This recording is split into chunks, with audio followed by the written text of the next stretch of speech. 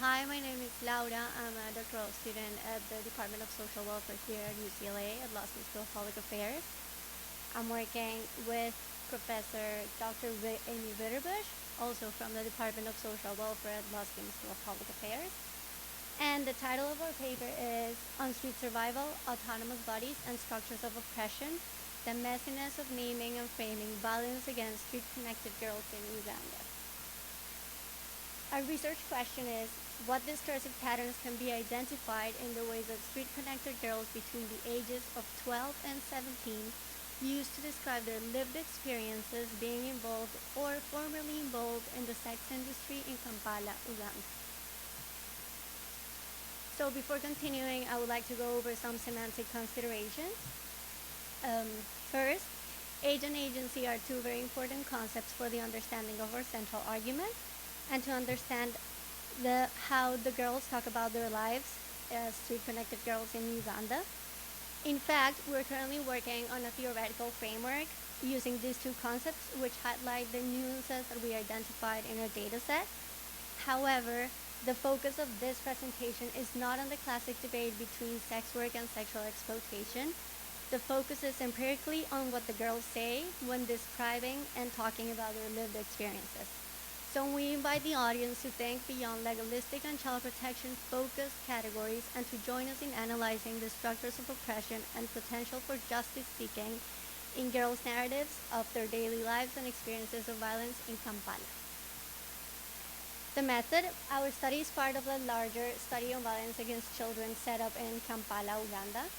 The larger study involved 52 semi-structured live history interviews, 4 focus groups, 31 autophotographic exercises, which were mostly done with the younger children, and 35 field note participant observation summaries. It was conducted using a youth-driven participatory action framework, which means that youth researchers, in our case, who once had lived in the streets themselves, led the research process. They designed the data collection instruments, they implemented the data collection activities, they led the analysis, and then they led the dissemination activities of some preliminary findings. Our analysis was divided in 3 parts. The first part was the design of a code book and some collective coding sessions. That was done in Uganda between the youth researchers, all of them who were from Uganda, and they defined 2 broad themes, which were overcoming violence and the context of adversity. All of the other definitions that were included in the codebook were designed by them and were written down by them. And it was the way for them to interpret different types of violence, which would be generalized in physical, emotional, and sexual violence. The second part of the analysis process was done also by Ugandan researchers. In this case, were 2 university-connected youth researchers who completed the complete database using software-aided MBO on 11. They coded it into 21 thematic nodes that were the ones of the codebook originally designed in the collective coding sessions. The third part of the analysis involved 2 additional coding cycles that were performed using the data that had already been coded as sexual violence in the first 2 parts of the analysis. This third part of the analysis regrouped the data according to discursive categories using actual coding. Each discourse followed a trend in the ways that sexual violence is discussed by the girl participants. In total, in this last part of the analysis, 129 excerpts were coded that, as I mentioned, they were originally part of the node of sexual violence coded by the Ugandan youth researchers. We recognize our positionality, and this is why we chose this particular analytical approach that aimed to be girl-centered and to divest from adult-centric top-down and patriarchal logics.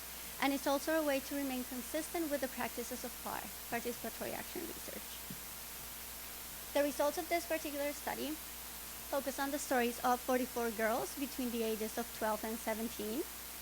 As mentioned, we identified 3 discursive patterns. Each pattern followed a trend in the ways that sexual violence is discussed and described by the participants. But in fact, this category should not be understood as isolated or static. They overlap one with the other. which again highlights the complexities found in the lived experiences of these girls. The three discourse partners that we identified were street survival, autonomous bodies, and structures of oppression. Now I'm going to talk about each one of those. Street survival. So street survival is situations girls described as where they engage in sex-based activities to get something in return that they needed to survive. This could be food, shelter, or money. An example is given by Gamisha, a participant of the focus groups, who said, "I was being used by men, and that is how I survived." Second example by Abu, a 17-year-old girl, who said, "It is consensual because I do it looking for money, for food, and to take care of my child." Third example by Maisha, a 17-year-old girl, who said, the youth researcher asked, "Do you do commercial sex work every day?" And Maisha answered, "Yes, every day, because you have to eat every day." Before continuing, I would like to point out and to mention that we are still unpacking some concepts of our database. For example, the words "being used" or "used by." Because we know that it sounds as having exploitative connotations in the sense that he's using me, and it sounds like there's not consent. At the same time, when we read it in the database, sometimes in the context where it's said, it seems that the girl describes it in a situation where there's consent. So this again highlights the nuances in our data and the complexities and the things that we're still seeking to unpack. Autonomous bodies. This was the second discursive pattern identified. 61 out of the 129 excerpts that were coded as autonomous bodies. And in this case is when some of the girls talk about sex-based activities with men as a consensual income-generating opportunity that they found they could do and that they decided to do. So, for example, Namutevi, a 15-year-old girl, said, "We started by picking plastic scrap, but then after we decided to do sex work." Second example by Natukunda, 15-year-old girl, said, "When I'm there, I get costumers and I feel happy. I have not got any problem from there. I have not got any problem with the costumers I get from there." I would like to mention two things about this particular discursive pattern. The first one is that 23 out of the 61 excerpts that were coded as autonomous bodies used the words working, worker, or work. The second thing I would like to mention is that in these discursive patterns, girls use transactional words. For example, costumers, as we see in the second example, or clients, self-employed, or negotiation, or negotiate. The third discursive pattern that we identified was structures of oppression. This one relates to descriptions of lived experiences given by girl participants where they are sharing situations that weigh down on them and that they describe as not having control over. An example by Susan, a 16-year-old girl, was, "You can be seated there, then a guy comes and pulls you to a dark corner, and he rapes you when everyone's watching." A second example by Namasi, a participant of the focus groups, was, "My uncle raping me forcefully was the worst thing that ever happened to me, and yet he was like my father to me. Men are selfish. At 10 years he would have cared for me, but he raped me instead of paying for my school fees. He also forced me to join family planning because he never wanted me to get pregnant from him." So remember that I mentioned that we're still unpacking the words used by or being used by, which are really common in our data set.